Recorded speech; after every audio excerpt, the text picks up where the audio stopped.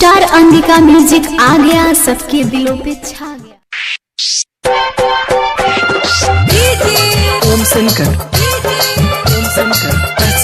गर्जिंदा बबुआ recording studio new heart चौक बट्टी।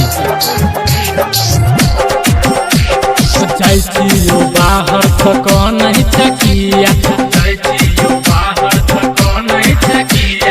कोई गो छौरा से करे सही बात, कोई गो छौरा से करे सही बात। जाइयो बाहर थको नहीं चकिया, जाइयो बाहर थको नहीं चकिया। कोई गो छौरा से करे सही बात, कोई गो छौरा से करे सही बात। ओम शंकर स्टार अंबिका म्यूजिक गर्जिंदा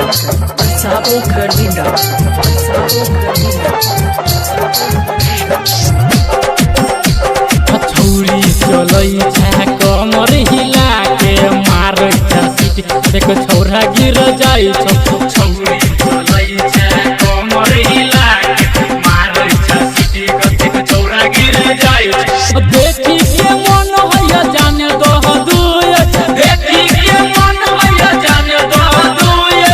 कई गो छौरा से बाते करै छै, कई गो छौरा से बाते करै छै। Om Shankar Garjinda star Ambika music present. Jeans लागो सुपर कजली तोहर गई, हाथ में रुमाल के मारे छै कैल गई।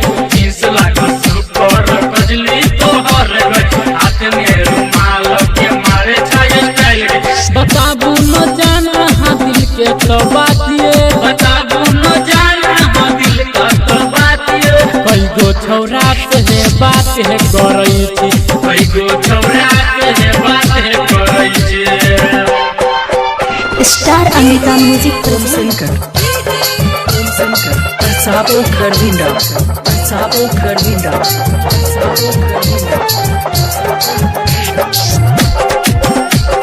जींस में कटैने छै खिड़की वाला कट गए है, तोई पर बजै छै हिंदी फटाफट गे।